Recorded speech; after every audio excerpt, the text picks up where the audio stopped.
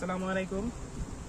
তো আপনারা দেখতে পাচ্ছেন যে আমার কাছে একটা চাক আছে। তো এটা হলো আপনার মৌমাছির চাক। তো এপিস মেলিফেরা যে মৌমাছিটা আছে সেই মৌমাছির আর কি মধু কালেকশন করা হয়। তো মার্চ মাস চলে আসছে, আপনারা জানেন যে সবচেয়ে বেশি লিচু উৎপাদিত হয় দিনাজপুর জেলায়।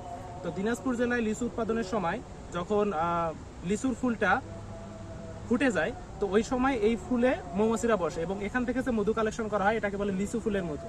তো অলরেডি আমাদের বাক্সগুলো বসানো শুরু হয়ে গেছে। খামারি ভাইরা যারা আছেন তারা বাক্স অলরেডি বসাইছেন বিভিন্ন জায়গায়।